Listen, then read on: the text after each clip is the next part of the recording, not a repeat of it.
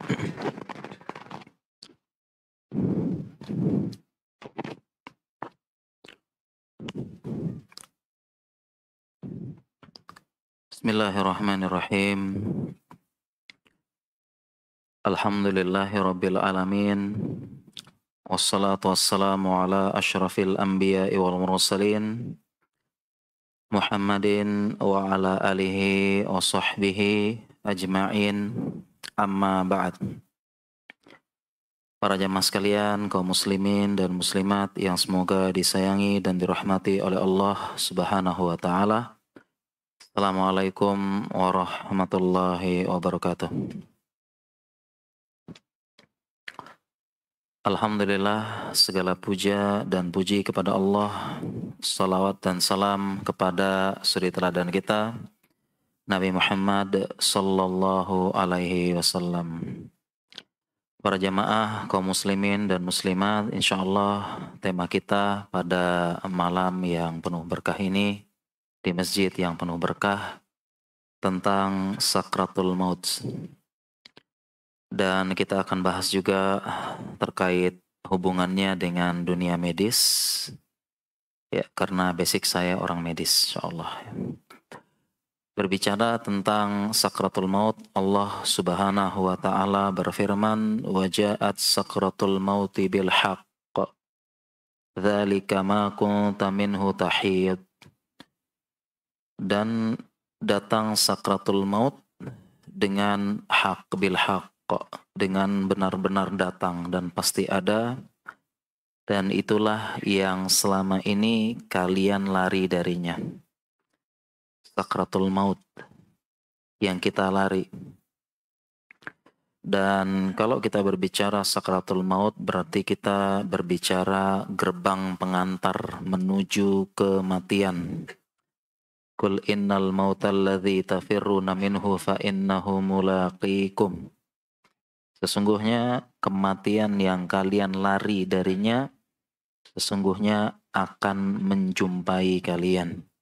Kita berbicara tentang kematian, dan itu suatu yang pasti dimanapun kita akan mati. Ya, aina ma takunu yudrikumul maut walau kuntum fi burujim musyayyadah. Dimanapun kita berada, kapanpun kita berada, pasti akan datang yang namanya kematian, baik yang itu perlahan dengan penyakit kronis, baik itu yang datang dengan mendadak, mautu fuj'ah, tabrakan, stroke, serangan jantung, pesawat jatuh, musibah, bencana alam, itu pasti akan datang dengan berbagai macam cara. Yang jelas, kullu nafsin dha'iqatul maut. Semua jiwa pasti akan merasakan kematian. Dan para jamaah sekalian dirahmati Allah Subhanahu wa taala, kalau kita berbicara tentang kematian lagi, sebagian kita salah paham dengan hadis Nabi sallallahu alaihi wasallam. Aktsiru dzikra hadhimil ladzat. Perbanyaklah mengingat penghancur kelezatan.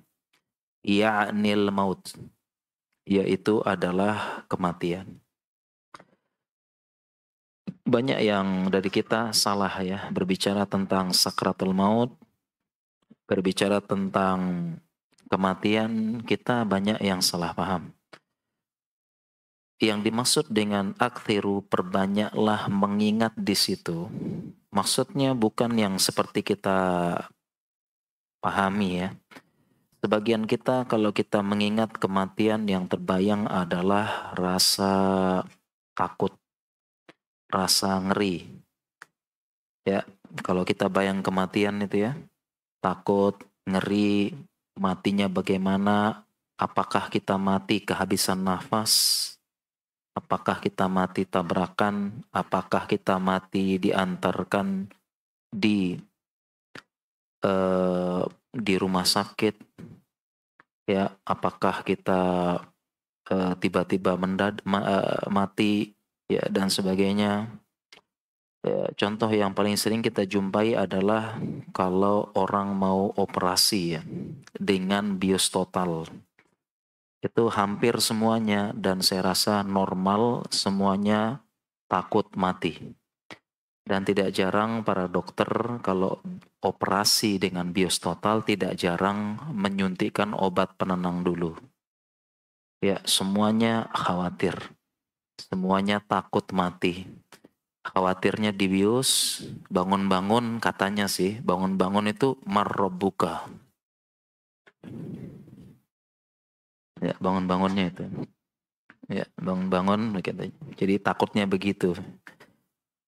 Jadi sebenarnya banyak yang salah paham ya ketika diingatkan kematian, ngingat kematian itu yang dipikirkan yang seram, yang takut, kepikiran anak akan menjadi yatim, istri akan menjadi janda.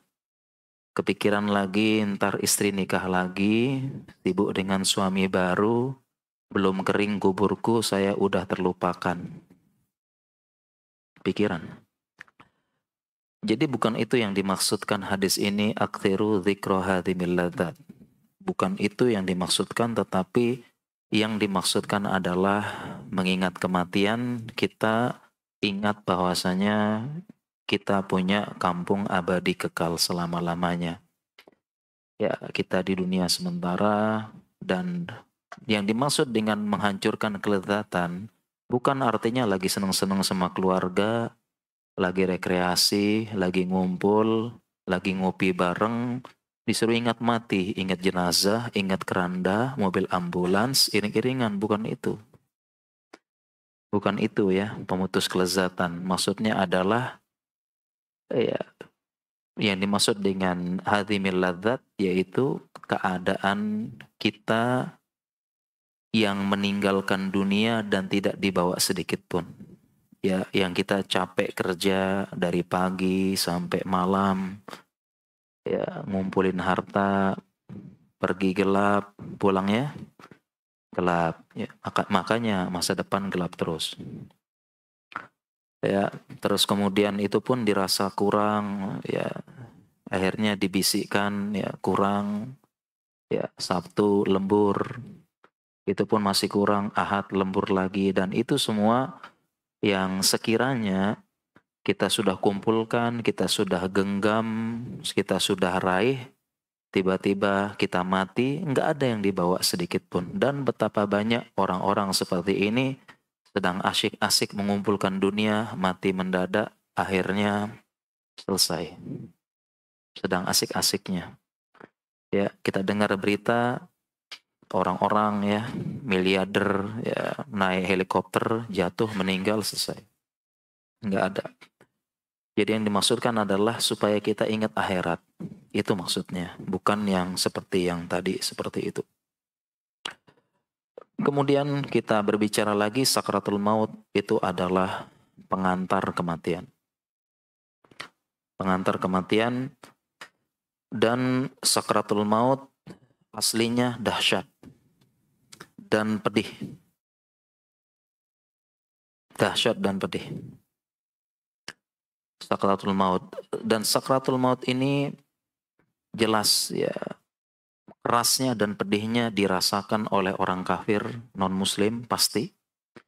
Sedangkan kita yang muslim, yang beriman, ada yang merasakan pedihnya, beratnya, sakaratnya. Sakarat itu kayak tekanan. Dan ada yang merasakannya tapi ringan. Jadi jangan khawatir.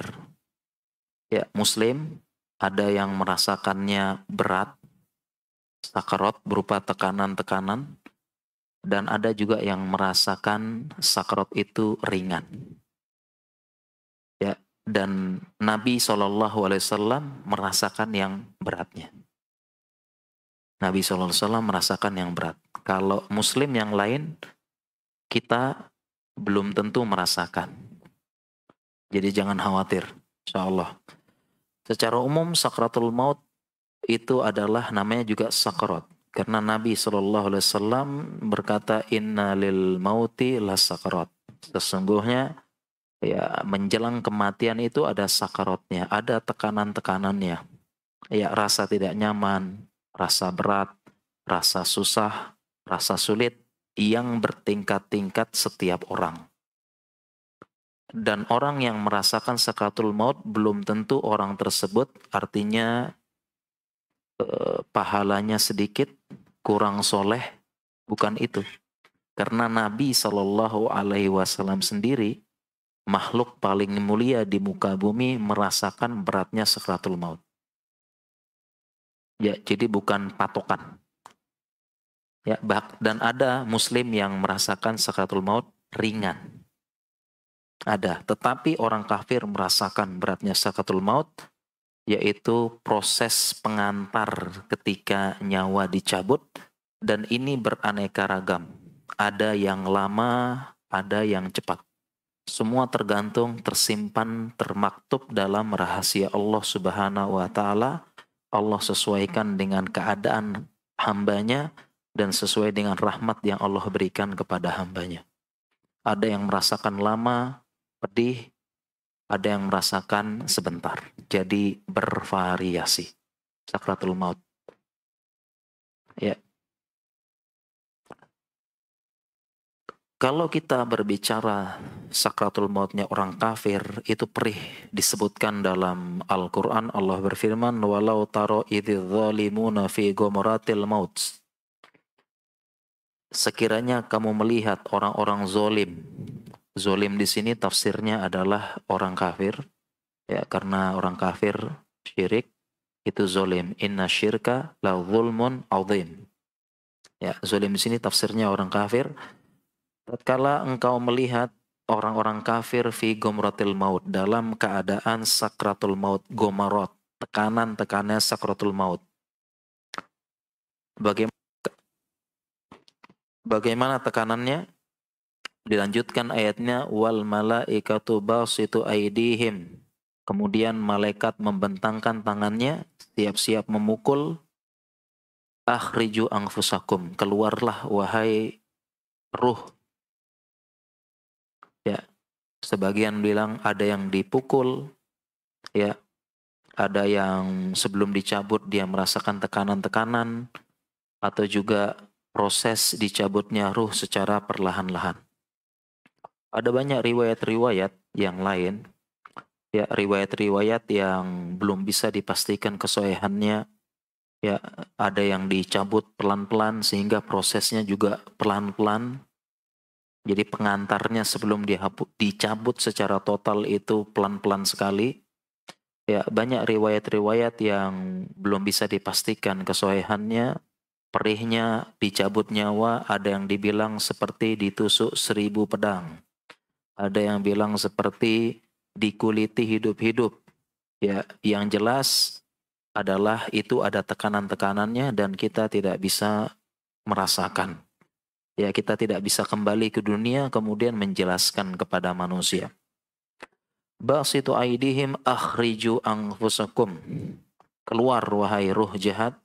Al-yawma tujzaunal adzabal huni bima kuntum taquluna 'ala Allahi ghairil haqq wa kuntum an ayatihi tastakbirun. Hari ini engkau akan dibalas dengan azab yang menghinakan. Kenapa? Karena engkau telah berkata-kata atas nama Allah yang tidak benar dan karena engkau telah sombong di muka bumi, menolak kebenaran. Seperti itu. Ya. Jadi orang kafir itu dicabut nyawanya keras. Ya, dikeras ya. Berapa riwayat lagi disebutkan dicabut pelan-pelan dari kaki, dicabut seperti mencabut anak panah yang memiliki kait.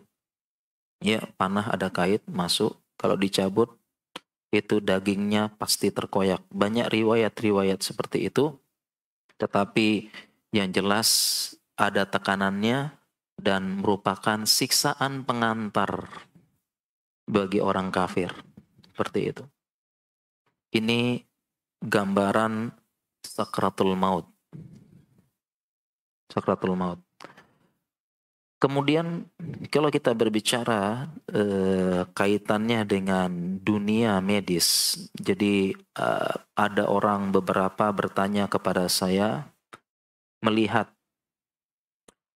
beberapa fenomena atau gambaran orang-orang yang sebelum meninggal. Terutama di rumah sakit ada, di film-film juga ada. Ya. Jadi ada yang sebelum meninggal kejang-kejang dulu. Kejang-kejang, ya, terus sebentar meninggal. Itu ada. Ya, biasanya teman-teman perawat, teman-teman rumah sakit itu melihat proses kematian. Ada. Ada yang sesak napas berat, naik gitu, keringatan, diam sebentar, meninggal. Ya. Ada yang melotot juga, melotot, ya, badannya kejang sebentar, kemudian meninggal. Ya, meninggal. Ya, karena dalam satu hadis bahwasanya disebutkan mata itu dia melihat ruh diangkut, melihat ruh, ya, diambil, ya, seperti itu. Dan ada yang lain-lain juga, ya. Dan ada juga yang meninggal dalam keadaan koma di ICU yang tidak ada gejala sama sekali. Bahkan ada yang meninggal mendadak, meninggal tidak merasakan sakratul maut, tidak nampak, mungkin merasakan tapi sedikit. Itu berbeda-beda, semuanya berbeda-beda. Nah, sekarang pertanyaannya, ada yang bertanya, ya. Ada yang bertanya, dia melihat pasien seperti itu atau mungkin ada yang melihat keluarganya seperti itu, ya, melihat napas tersengal-sengal, mata melotot, kejang-kejang, kemudian tiba-tiba meninggal. Ataupun yang lain-lain. Ya, bahkan ada yang berdampak sampai pada jasadnya. Ya, proses dicabutnya nyawa dan siksa pengantar berdampak pada jasadnya. Contoh, cerita sebagian orang begitu dikubur, ya, masih utuh, ya, berapa jam dibongkar, sudah hitam, sudah rusak, sudah gosong, dan sebagainya. Ini pengakuan sebagian orang. Nah, kalau kita berbicara seperti ini, ya, teman-teman perawat mungkin pernah lihat, teman-teman yang pernah mengantarkan orang tuanya, mendampingi ketika meninggal, mentalkin seperti itu. Ini bagaimana? Jawabannya dijelaskan oleh Ibnu Abil Izzi.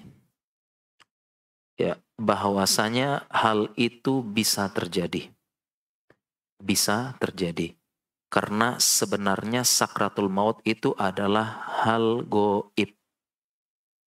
Sakratul maut, hal goib. Yang merasakan adalah hanya yang punya nyawa. Yang merasakan. Hal goib. Karena yang terkena adalah ruh. Dan ruh termasuk hal goib. Jadi sakratul maut ini hal goib. Sehingga belum tentu orang yang kelihatannya tenang, orang yang sebelum meninggal kelihatannya tenang, dia tidak merasakan sakratul maut. Belum tentu. Ya. Jadi matinya tenang, ya.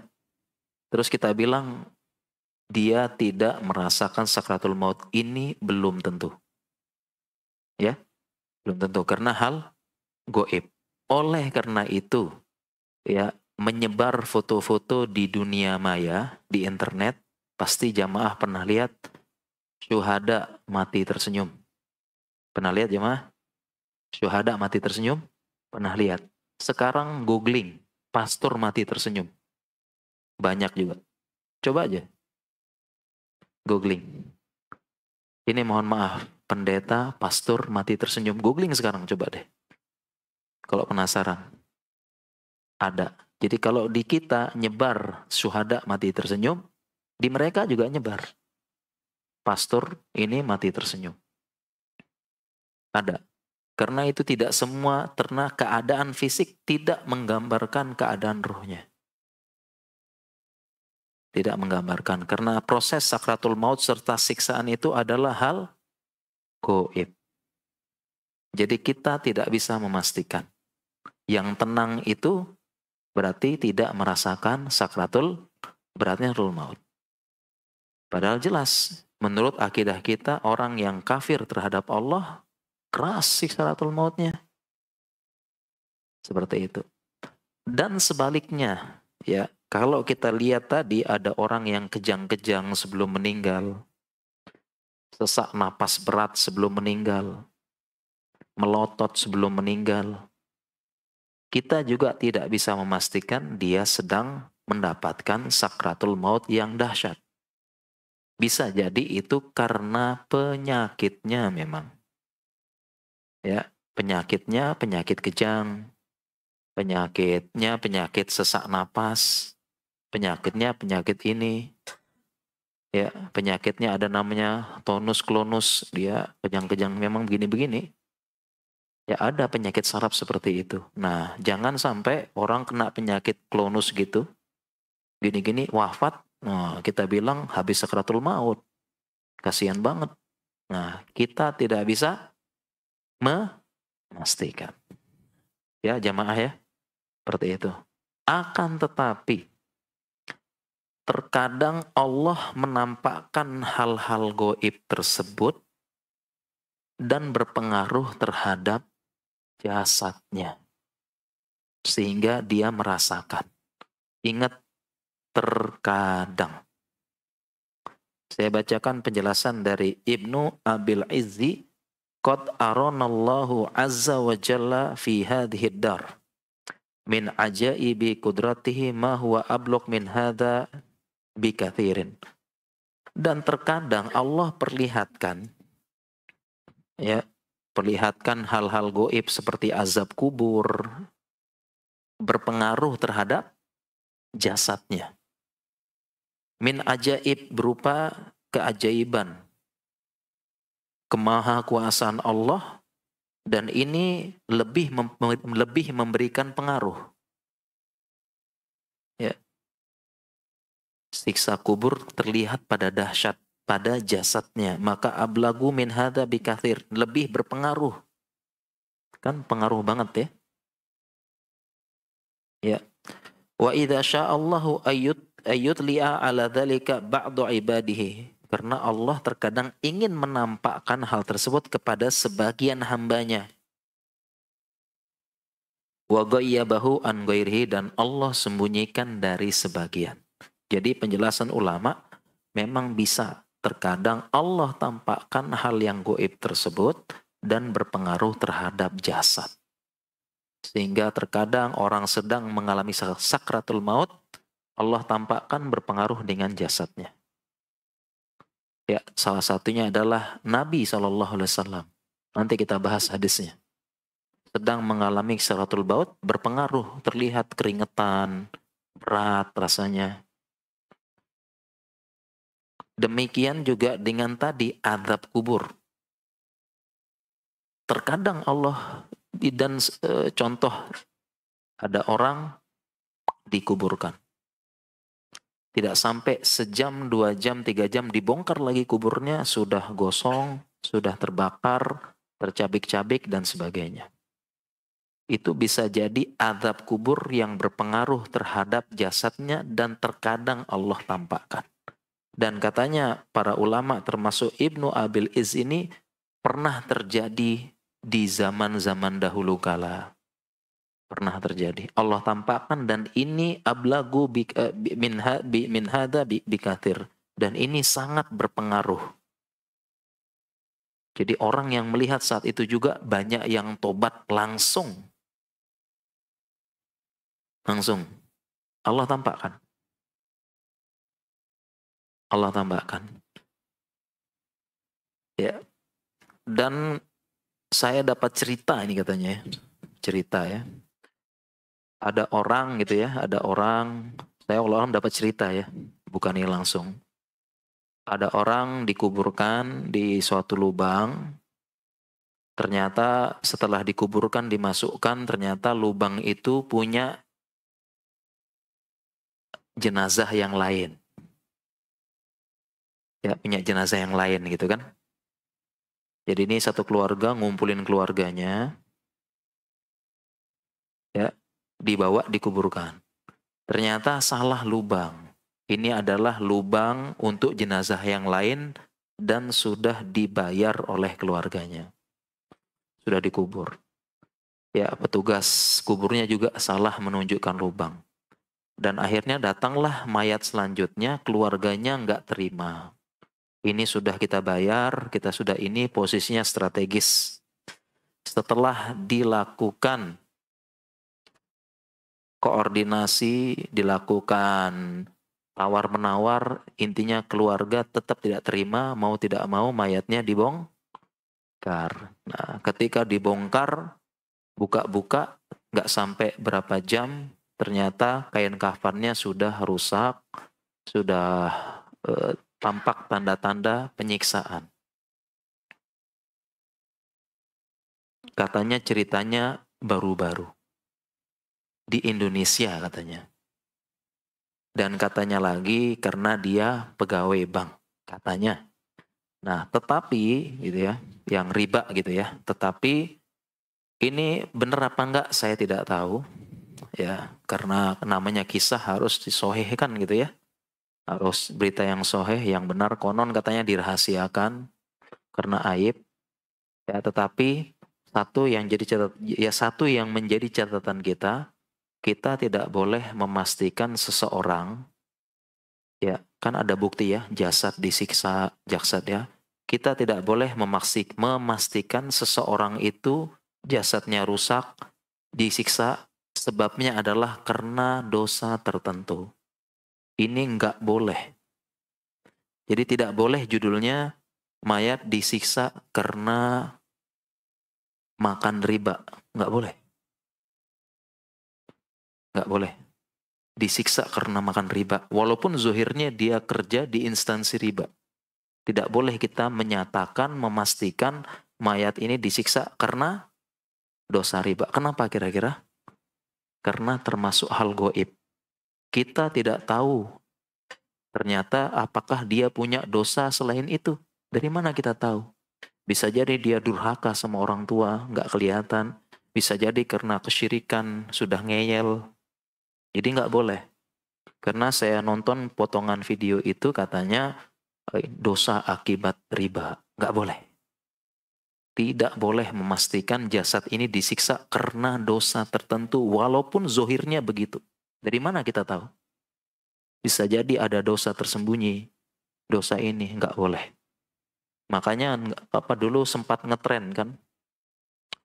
Mayat susah dikuburkan akibat menghina jumlo. Nah, nggak boleh. Ya. Mayat muncul belatung karena sering ngomongin janda sebelah. Nggak boleh. Ya. Nggak boleh ini. Itu nggak boleh. Kayak seperti itu. Mayat susah diginikan karena ini nggak boleh. Itu sudah melanggar hak Allah, yaitu menebak-nebak hal yang goib. Seperti itu. Ya. Nah, yang jelas tidak ada sakratul maut seperti di film-film. Ngomong setengah-setengah, habis itu mati. Itu nggak ada. Ya, film-film kan gitu ya. Setengah aku wasiatkan engkau mati. Nggak ada ya. Film nggak ada ya. Seperti itu. Lalu bagaimana sakratul maut? Ya, tadi kan orang kafir.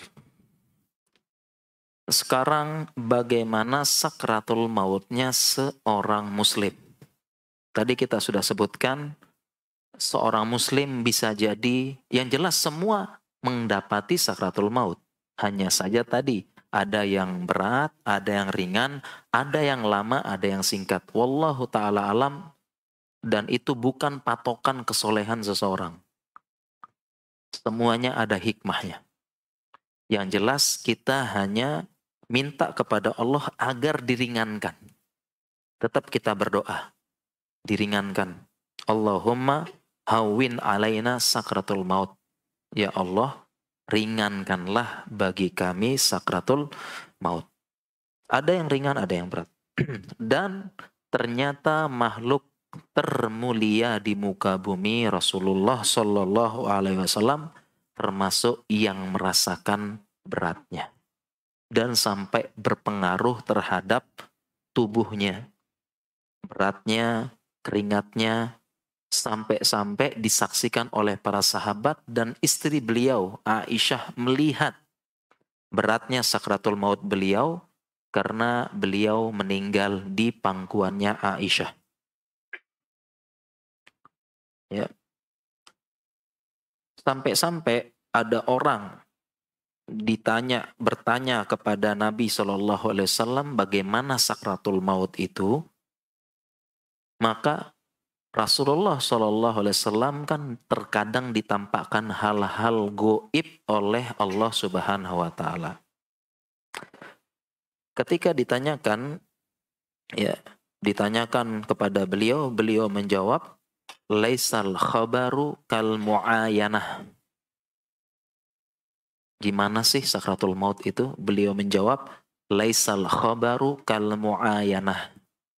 Tidak sama cerita dengan melihat langsung. Tidak sama cerita dengan melihat langsung. Artinya beliau sulit menggambarkan, mendeskripsikan bagaimana sakratul maut yang beliau lihat. Berat.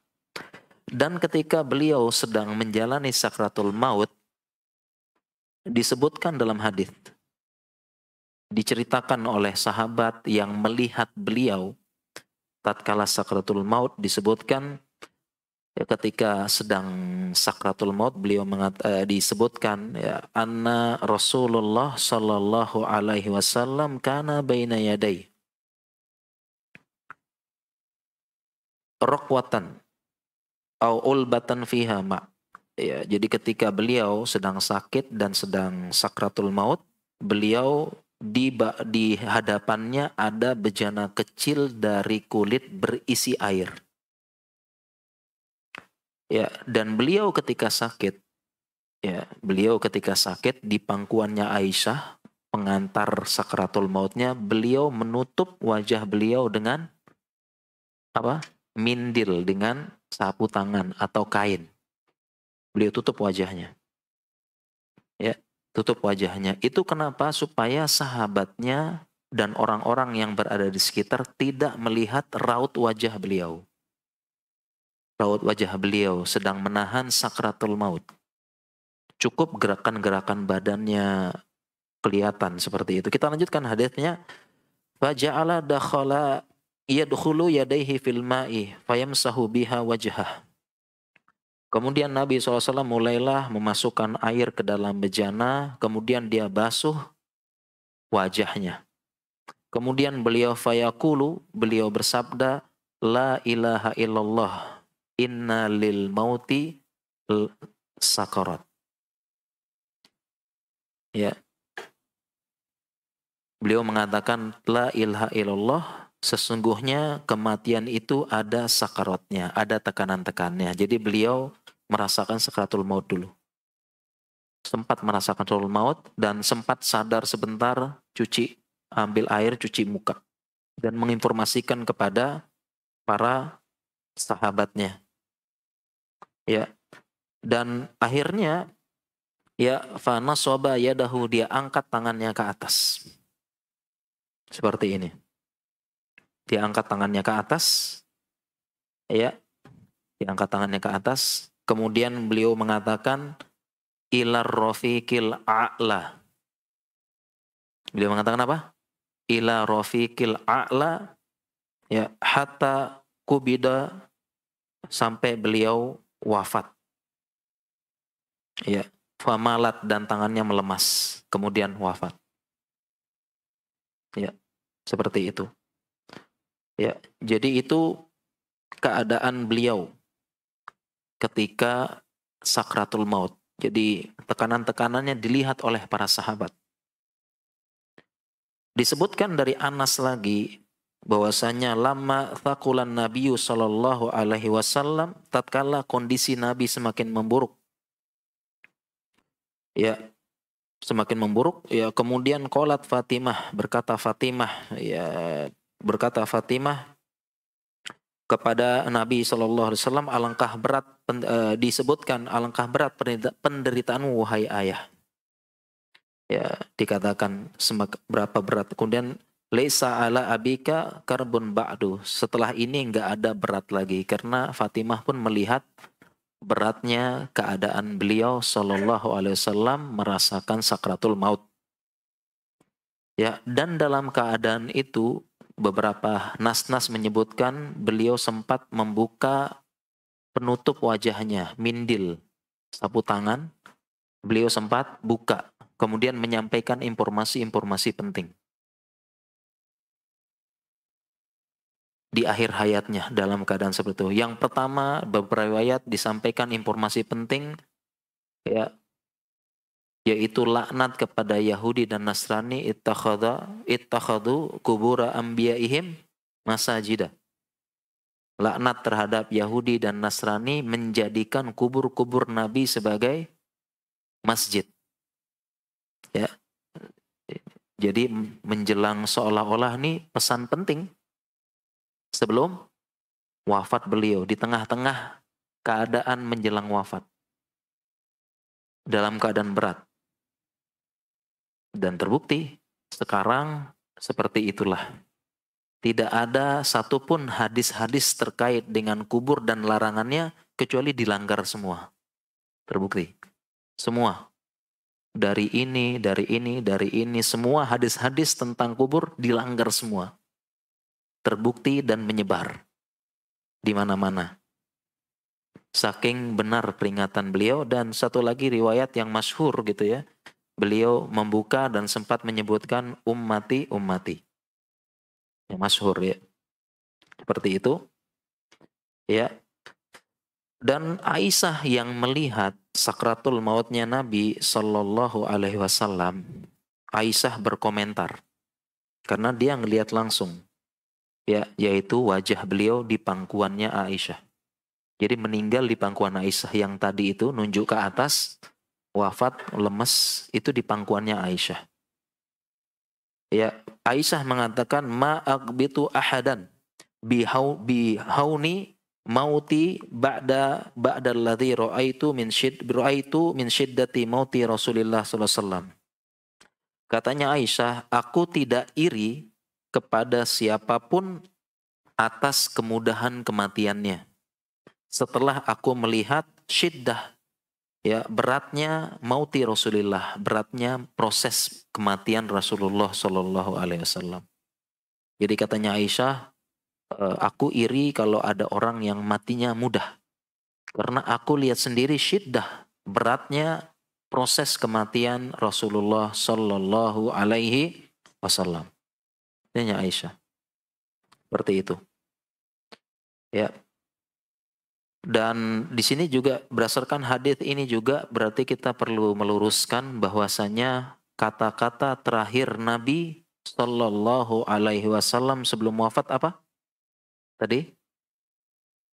Kata-kata terakhir beliau. Hah? Yang mana yang benar? Udah nggak bawa hadiah nih. Ya, yang mana yang benar jemaah? Kata-kata terakhir Nabi SAW di muka bumi ini. Ya, ada dua suara ini antara ummati dan ilar rofiqil a'la. Yang benar yang mana? Ya, ada ikhtilaf ya, antar jemaah. Ya, sesuai dengan hadis wallahu taala a'lam, pendapat terkuat ya hadis ini, ya, bahkan ada yang umat itu ada yang mengatakan lemah ya. Jadi perkataan terakhir beliau adalah ilar rofiqil a'la. Ya, sambil nunjuk kemudian wafat. Itu perkataan terakhir beliau. Dari sini terbangun berapa fikih penjelasan. Yang pertama, ada dua penjelasan ulama terhadap Rafiqil A'la ini. Yang pertama adalah Rafiqil A'la nama Allah, Ar-Rafiq wal A'la. Kenapa demikian? Karena tidaklah setiap nabi sebelum wafat melainkan dikasih pilihan. Semua nabi. 130.000 sekian nabi totalnya. Sebelum wafat dikasih pilihan. Mau bertahan hidup di dunia atau diwafatkan. Semua nabi. Ya, dan ketika Nabi Shallallahu Alaihi Wasallam dikasih pilihan itu, beliau menjawab apa? Ilar rofiqil a'la. Memilih Allah. Nah, Aisyah yang mendengar ucapan tersebut, karena sudah paham hadis tadi, kalau Nabi itu dikasih pilihan, Aisyah berkomentar, idzan la yakhtaruna. Nabi SAW tidak memilih kami. Aisyah paham karena habis dikasih pilihan. Ilar rofiqil a'la, Nabi memilih Allah. Yang kedua penjelasan ulama, yaitu ar-rofiq artinya adalah teman. Rofiq, teman ya, bahasa Arabnya rofiq. Al-a'la yang tinggi, yaitu berkumpul bersama para nabi, syuhada, dan solihin. Dua itu penjelasannya. Itu kata-kata terakhir. Jadi bukan ummati, bukan. Ya, yang terakhir yang itu ucapan terakhir beliau. Ya, dari sini juga bahwasanya tidak harus seseorang meninggal itu syaratnya ucapan terakhirnya adalah la ilaha illallah. Karena saya menjumpai di rumah sakit ada seorang keluarga, anak, keluarga pasien sedih. Kenapa sedih? Sedih. Karena tidak sempat mentalkin ayahnya yang meninggal. Sedih. Ucapan terakhir ayah saya teriak kesakitan. Bukan la ilaha illallah. Dia sedih. Dikiranya su'ul khotimah. Su'ul khotimah. Ya, apakah benar su'ul khotimah? Jawabannya tidak. Bukan berarti orang yang akhir hayatnya tidak mengucapkan la ilaha illallah berarti husnul khotimah, su'ul khotimah. Bukan. Karena ya ucapan la ilaha illallah di akhir hayat itu adalah sekedar salah satu tanda. Salah satu tanda husnul khotimah. Karena salah satu, kalau enggak masih banyak tanda-tanda yang lain. Berarti bukan otomatis su'ul khotimah. Karena Nabi SAW sendiri kata-kata terakhirnya apa? Ilar rofiqil a'la. Karena itu adalah salah satu tanda husnul khotimah. Sebagaimana hadis, "Mangkana akhiru kalamihi la ilaha illallah daholal jannah." Barang siapa yang ucapan akhirnya la ilaha illallah masuk surga. Sini ya. Jadi jangan sedih. Saya jumpai di rumah sakit kadang banyak. Ya, teman-teman perawat, teman-teman nakes di rumah sakit. Nah, ini bentuk edukasi terhadap keluarga dan pasien ya. Jangan sedih, jangan ini nggak sempat talkin orang tua, kemudian dikira su'ul khotimah. Karena Nabi, makhluk termulia di muka bumi, ucapan terakhirnya bukan la ilaha illallah. Bukan itu ucapannya. Ya, ini proses sakratul maut. Ya, orang Nabi SAW. Kalau kita, gitu ya, kita Muslim, tadi kita jelaskan, bisa merasakan beratnya sakratul maut, bisa juga diringankan. Sekarang kita pilih yang, sebentar, sebelum ini, kenapa pertanyaannya? Pertanyaannya sekarang, kenapa Nabi SAW merasakan sakratul maut? Kenapa kira-kira? Beratnya bahkan. Tadi ngomongnya Aisyah tuh berat. Syiddah maut. Ya, sahabat sampai kasihan. Nabi pun juga sampai nutup wajahnya supaya sahabat nggak kasihan lihat mukanya. Ditutup. begitu. Kadang-kadang dibuka yang terakhir tadi, ya tutup dulu, cuci loh terakhir. Kenapa Nabi merasakan, sedangkan ada Muslim yang mungkin tetap merasakan tapi mungkin ringan. Kenapa? Jawabannya dijelaskan oleh para ulama karena untuk meningkatkan derajat Nabi Shallallahu Alaihi Wasallam, ya meningkatkan derajat beliau, dirasakan beratnya tekanan-tekanan sakaratul maut.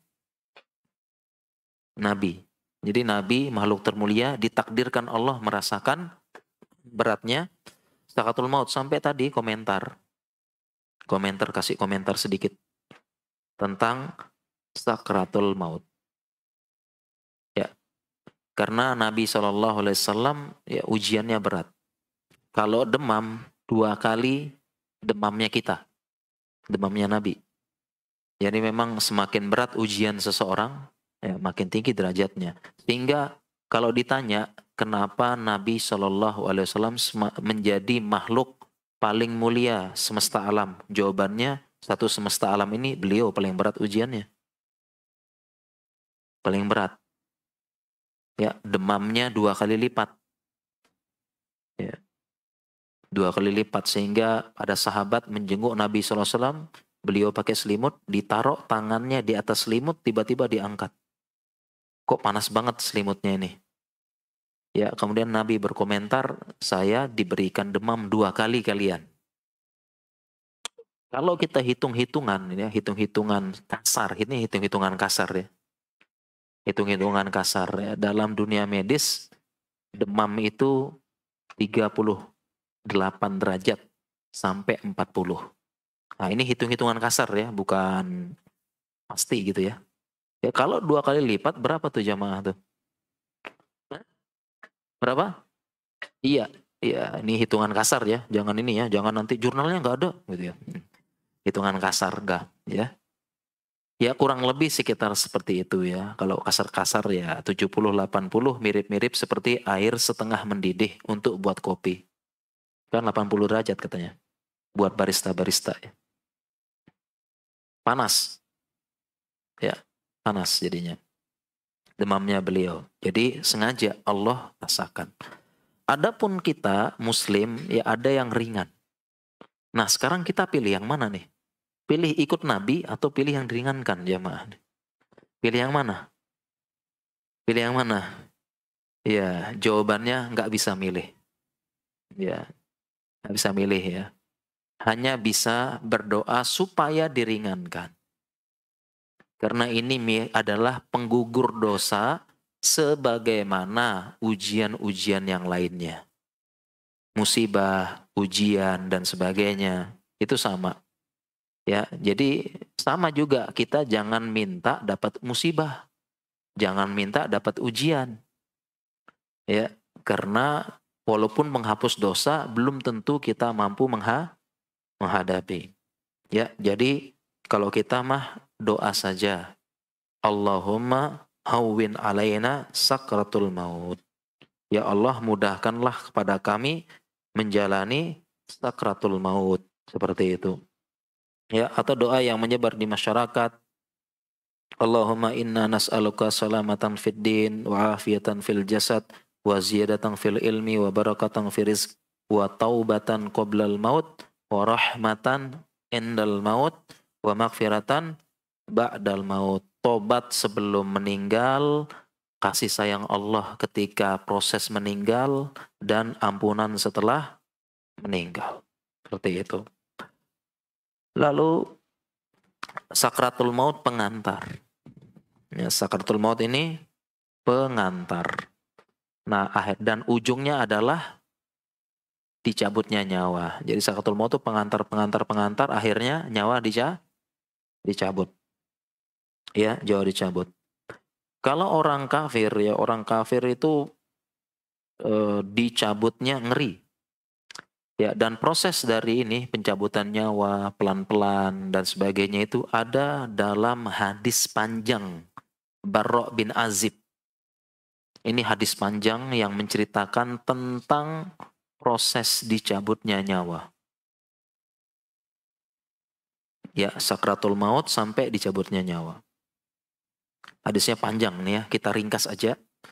Ya, suatu hari Al-Barra bin Azib dia keluar bersama Nabi Shallallahu Alaihi Wasallam. Nah, beliau Nabi dan para sahabat membawa jenazah laki-laki Ansor di perkuburan.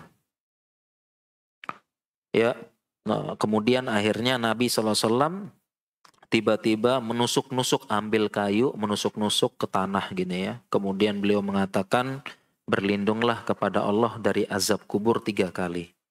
Kemudian ceritanya panjang, ya ceritanya panjang. Kalau seseorang muslim, ya seseorang muslim wafat, maka dia dimudahkan sakratul mautnya, ringan, cepat, nggak lama, ya. Kemudian akan datang malaikat maut. Ya, akan datang malaikat maut. Ya, dan sebelumnya datang malaikat yang banyak. Ya, datang malaikat banyak, malaikat yang putih, wajahnya bersih, dia membawa kain kafan dari surga dan wangian dari surga. Dia datang, kemudian dia duduk di depan orang tersebut. Ini beda malaikatnya nih. Malaikatnya beda. Kemudian baru datang malaikat maut duduk di kepala. Ya, kemudian dia akan mencabut nyawa, jadi sudah sakratul maut. Kemudian malaikat tersebut akan mencabut nyawa dari belakang seperti ini, ditarik. Ditarik, ya seperti seperti membantu orang yang mau bangkit. Ditarik dengan halus dan roh keluar bagaikan air yang mengalir. Diambil keluar pelan-pelan dengan cara yang lembut, ya sambil berkata, ya dari kepalanya ya diambil, ya sambil berkata, ya ayyatuhan nafsul mutmainnah irji'i ila rabbiki radiyatan mardiyah fadkhuli fi ibadi wadkhuli jannati. Itu sambil dicabut, ya malaikat maut berkata demikian. Wahai jiwa yang tenang, ya masuklah dalam keadaan ridho Rabbmu, dalam keadaan diridhoi. Ya, dalam keadaan diridhoi, kemudian masuklah dalam golongan hambaku dan masuklah ke dalam surga, seperti itu. Ya, begitu diambil rohnya oleh malaikat maut, ya dalam waktu ini nggak lama dipegang malaikat maut, rohnya langsung diambil malaikat tadi. Beberapa malaikat tadi. Ya, diambil beberapa malaikat tadi. Jadi tugas malaikat maut hanya cabut. Ya, cabutnya pelan-pelan dari arah kepala. Ya, mudah-mudahan kita ini ya, amin ya rabbal alamin. Cabut gitu sambil mengucapkan tadi. Ya. Nah, rohnya ini cuma sebentar di tangan malaikat maut, langsung diambil oleh beberapa malaikat yang tadi. Malaikat yang tadi ya, malaikat putih, bersih, bawa kafan dari surga, bawa wangian. Ya, oleh karena itu malaikat-malaikat tadi itu disebutkan dalam Al-Quran, hatta idza jaa ahadakumul mautu tawaffathu rusuluna. Tatkala datang kematian, ya, dan tentunya pengantarnya sakratul maut diwafatkan oleh rusuluna. Rusul jamak taksir dari rasul. Jamak taksir dari rasul. Dari rasul. Jadi tawafatu rusuluna itu maksudnya diwafatkan oleh beberapa rasul, yaitu malaikat.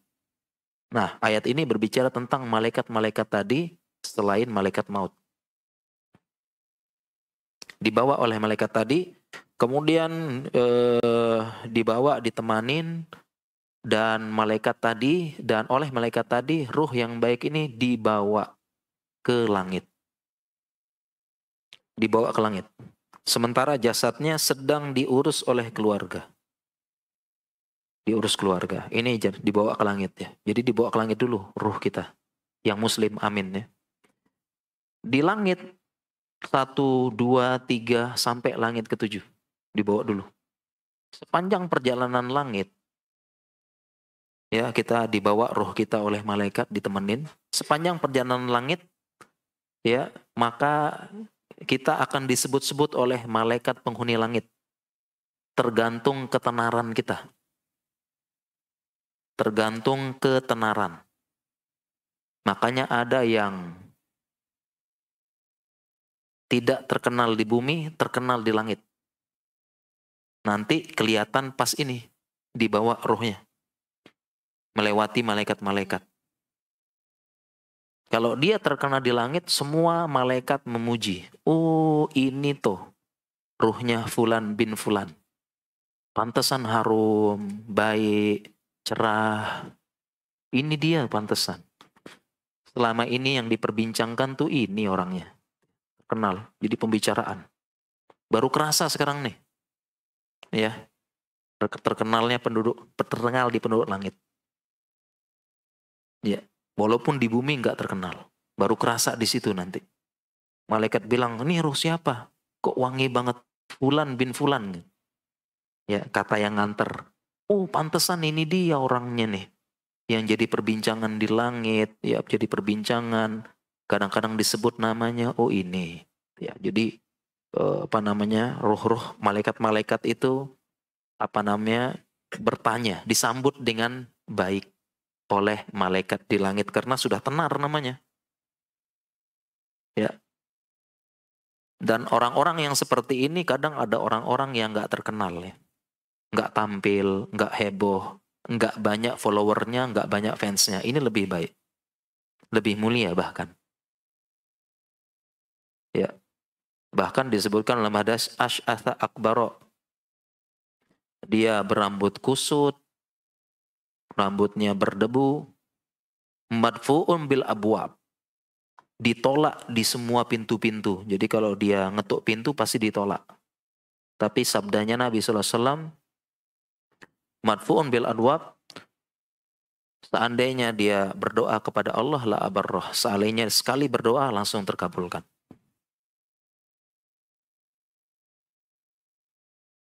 Dibawa ke langit terus. Langit 1 disambut malaikat, langit 2 disambut. Sampai langit ke-7 rohnya dibawa.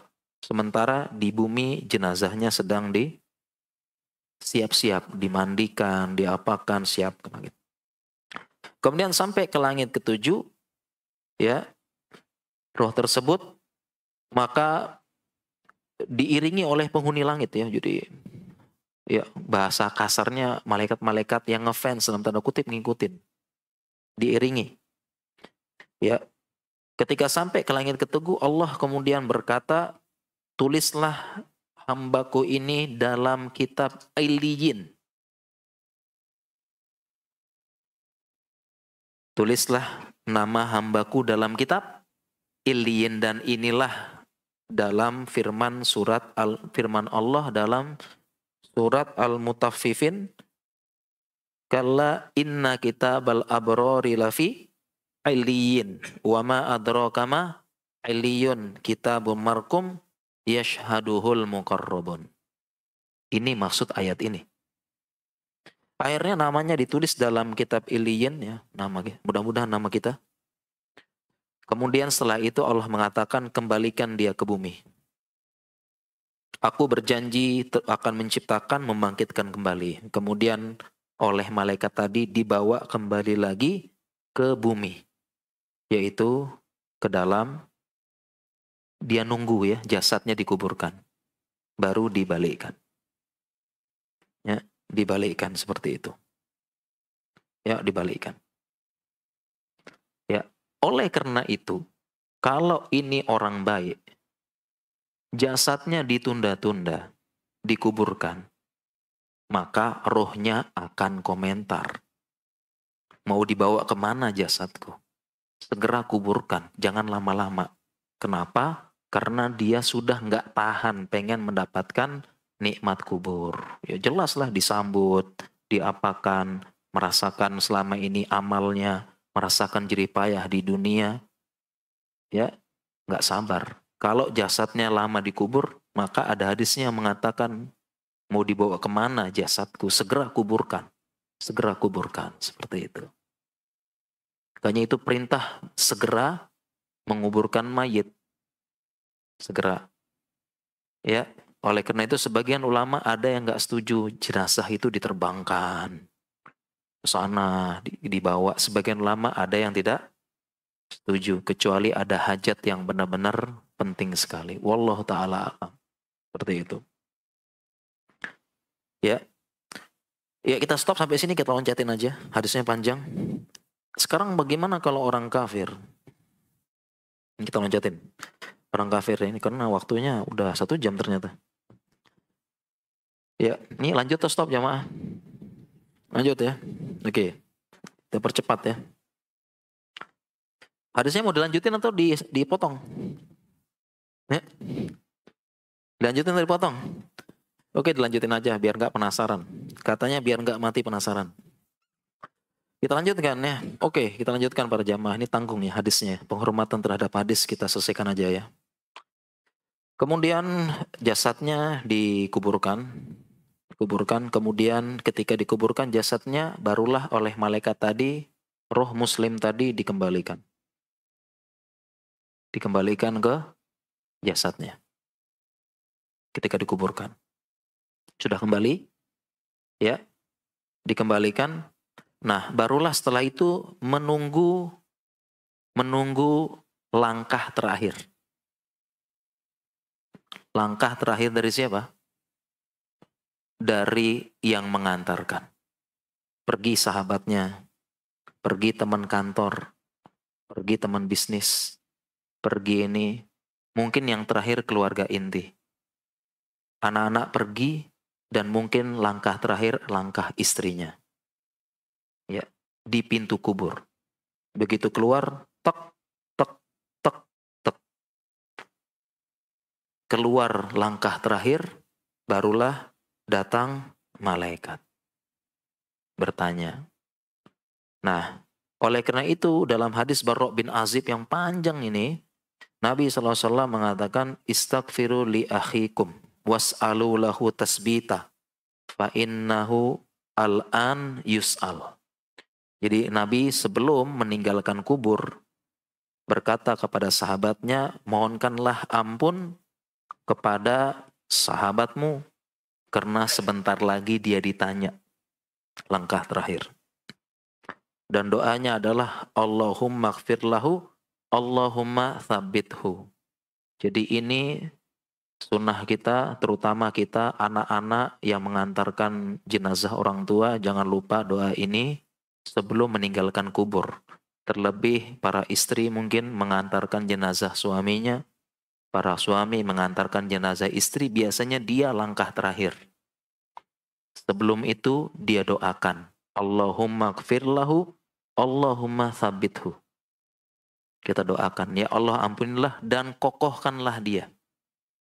Jangan lupa ini doa sangat membantu orang di kubur nanti siap-siap menghadapi fitnah kubur. Itu doa yang sangat membantu.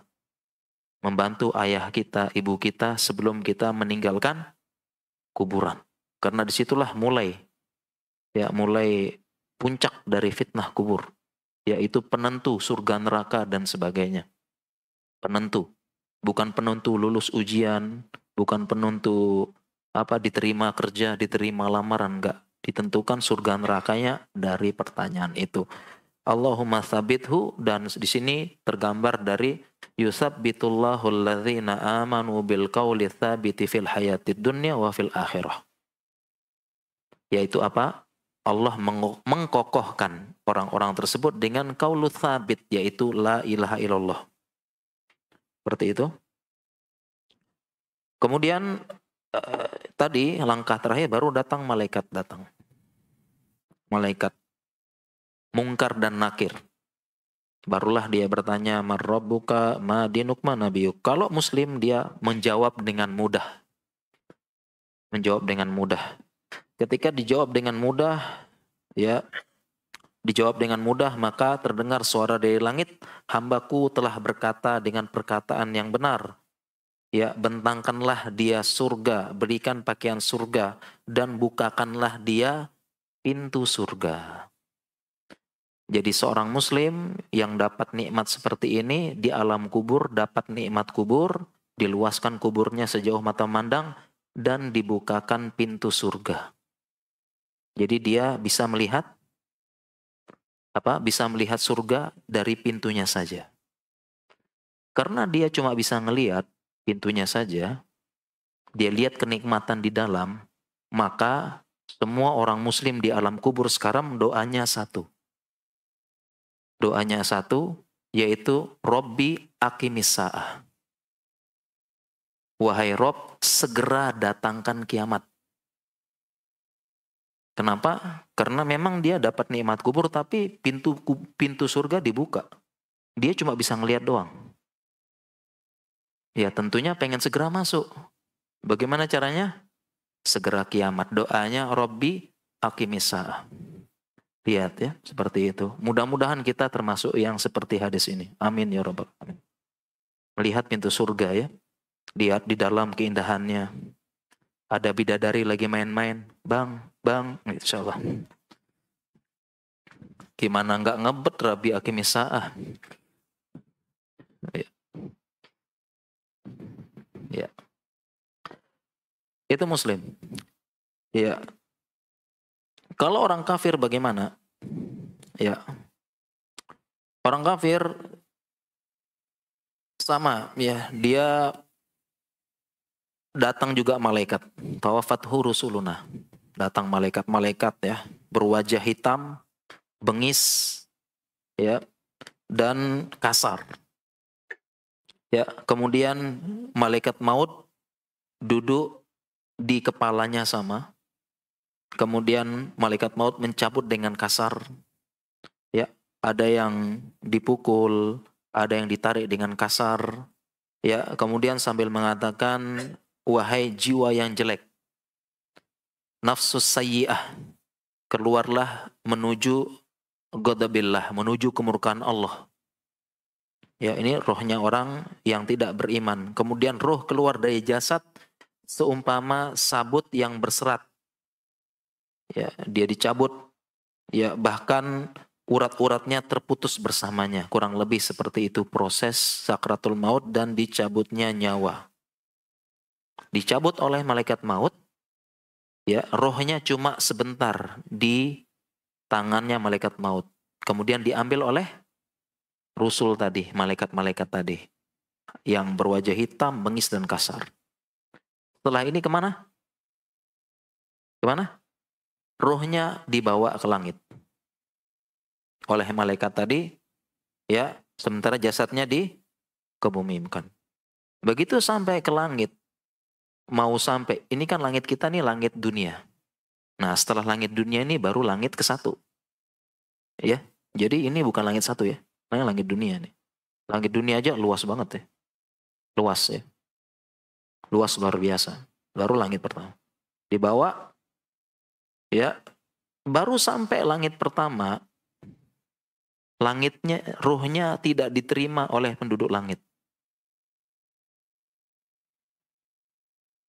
Karena bau, nggak diterima. Sehingga bertanya nih, siapa nih? Kok bau busuk dari mana? Bau bangkai dari mana?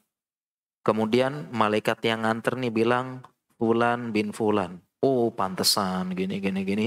Ya dapat komentar jelek dan sebagainya. Karena ada juga yang terkenal di kalangan malaikat dengan keburukan.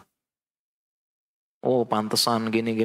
Akhirnya malaikat tidak mau membukakan pintu langit. Malaikat tidak mau membukakan pintu langit.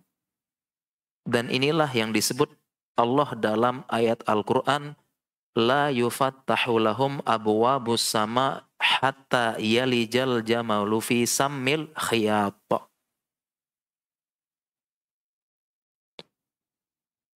Tidak akan dibukakan pintu langit sampai onta masuk ke dalam lubang jarum. Gak mungkin onta masuk ke lubang jarum.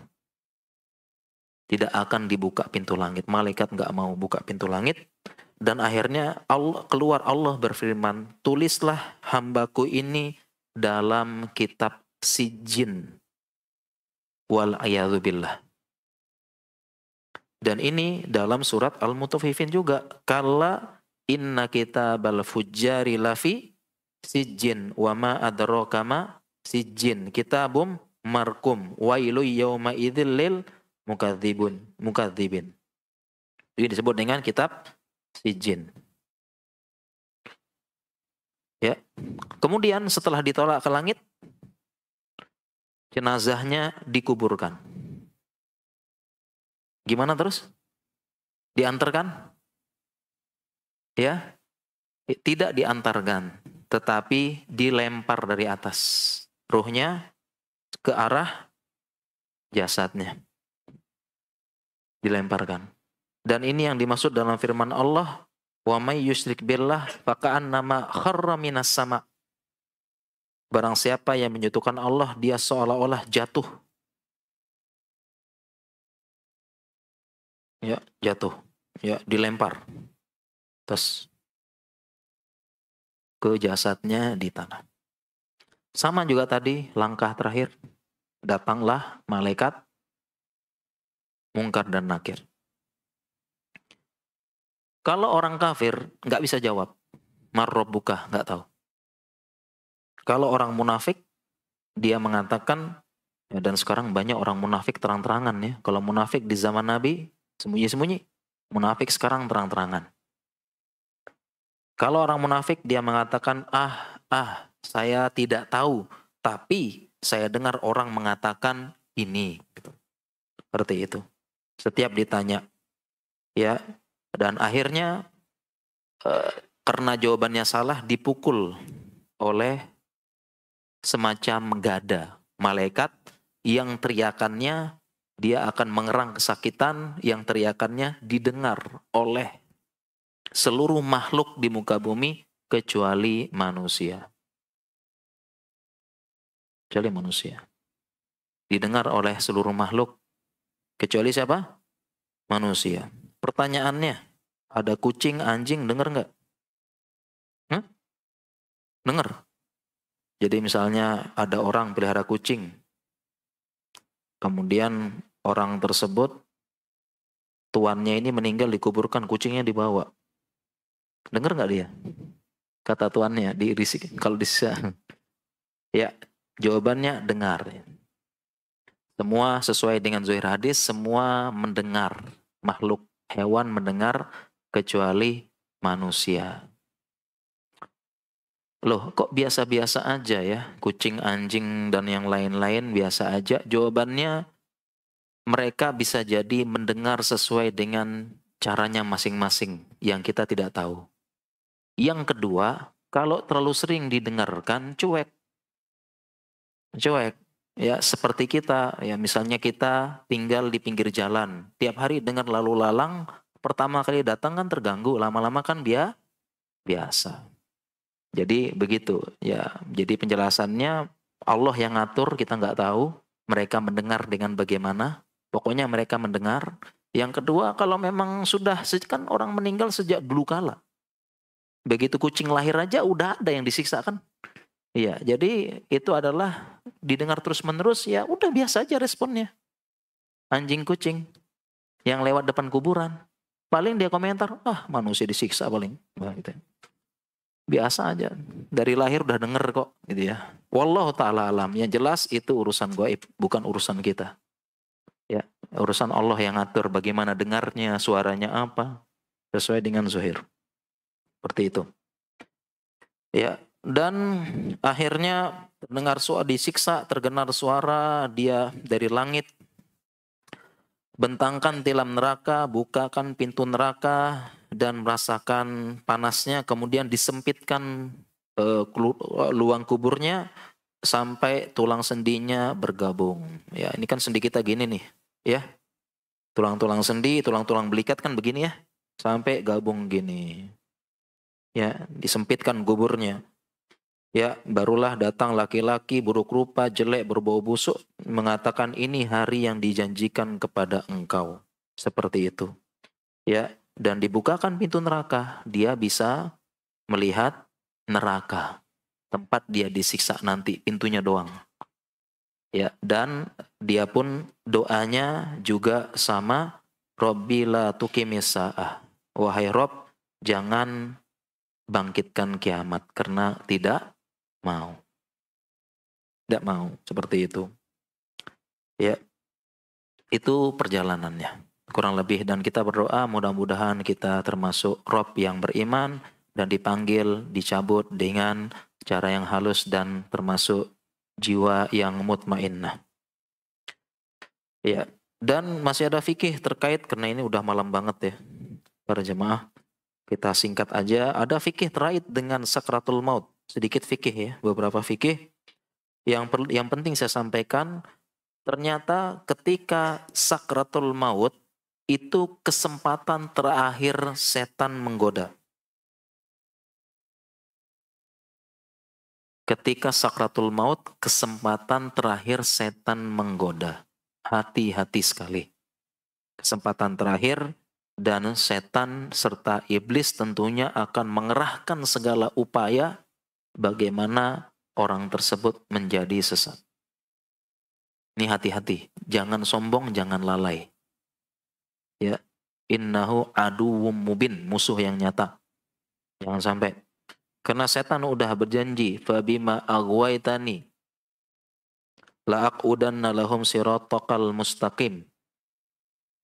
Karena engkau telah menghukum aku dengan tersesat, aku akan menghalangi hamba engkau dari jalan yang lurus, siratal mustaqim. Thumma la'atiyannahum min baini aydihim wa min khalfihim. Aku datangi mereka dari depan, dari belakang, wa an aymanihim wa an syama'ilihim. Dari kiri, dari kanan. Bagaimanapun setan berusaha. Termasuk sakratul maut. Makanya ada hadis berlindung dari godaan setan ketika sakratul maut. A'udzu bika ayyatakhabbatani syaitani yatakhabbatani syaitanu indal maut. Ya Allah, aku berlindung kepada engkau agar tidak disesatkan setan ketika maut, ketika sakratul maut. Dan ada kisah yang masyhur ya. Ulama banyak yang menukil, termasuk dalam kitab ulama, dalam Tazkirah Al-Qurtubi, banyak kisah ini masyhur. Banyak ulama yang menukilkan tentang kisah Imam Ahmad. Imam Ahmad diceritakan oleh anaknya Abdullah. Ya, disebutkan bahwasanya inna syaitana qaimun bihidai ado ala anamilihi. Katanya Imam Ahmad, sesungguhnya, jadi anaknya ini Abdullah, anaknya Imam Ahmad ketika sakratul maut, beliau mengatakan, tiba-tiba Imam Ahmad mengatakan la bu'du. Tiba-tiba ngomong gitu, la bu'du. Artinya tidak, masih jauh. Didengar oleh anaknya Abdullah. Kemudian dia tanya, wahai ayahku Imam Ahmad, kenapa engkau mengatakan itu dalam keadaan seperti ini? Katanya Imam Ahmad, inna syaitana qaimun bihidai. Setan berdiri di sampingku, wa'adha ala anamilihi, dia gigit jarinya. Gigit jari. Kemudian setan ini mengatakan, yaqulu ya Ahmadu, futtani. Ya, dia mengatakan, aku kehilangan dirimu. Maksudnya, aku tidak mampu menyesatkan engkau lagi.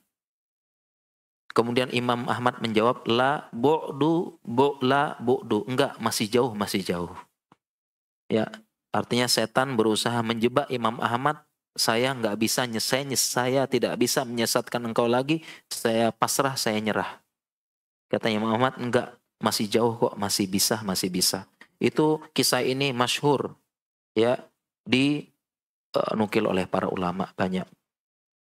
Seperti itu. Ya, oleh karena itu, ya, banyak ulama menekankan bahwasanya kita banyak berdoa agar husnul khatimah. Ya, kenapa? Karena hadis menyebutkan innamal a'malu bi khawatimiha. Sesungguhnya amal ditentukan dalam keadaan terakhirnya. Bagaimana bisa husnul khatimah? Istiqomah, ya, tetap beramal soleh, dan yang paling penting meluruskan niat. Ya, karena banyak ulama menjelaskan su'ul khotimah itu muncul dari niat yang jelek. Ya, orang sebelumnya istiqomah tiba-tiba mati dalam husnul khotimah karena niat yang tersembunyi yang jelek. Dan yang paling penting kita sering berdoa, Allahumma ya muqallibal qulub, ya, sabit qalbi ala dinik, atau dalam riwayat yang lain ya musarrifal qulub sarrif qulubana ala taati, kita doakan. Ya, kurang lebih demikian para jamaah sekalian dirahmati Allah Subhanahu wa taala tentang sakatul maut, pengantar kematian, dan kita berdoa kepada Allah Subhanahu wa taala mudah-mudahan kita termasuk yang diringankan sakratul maut kita, diberikan keringanan ketika menghadapi maut, ya berbekal yang banyak menghadapi maut, dicabut nyawa dengan cara yang mudah serta dimuliakan oleh Allah Subhanahu wa taala. Demikian para jamaah, karena sudah malam sekali ya saya cukupkan. Subhanakallahumma wa bihamdika asyhadu an la ilaha illa anta astaghfiruka wa atubu ilaik. Assalamualaikum warahmatullahi wabarakatuh.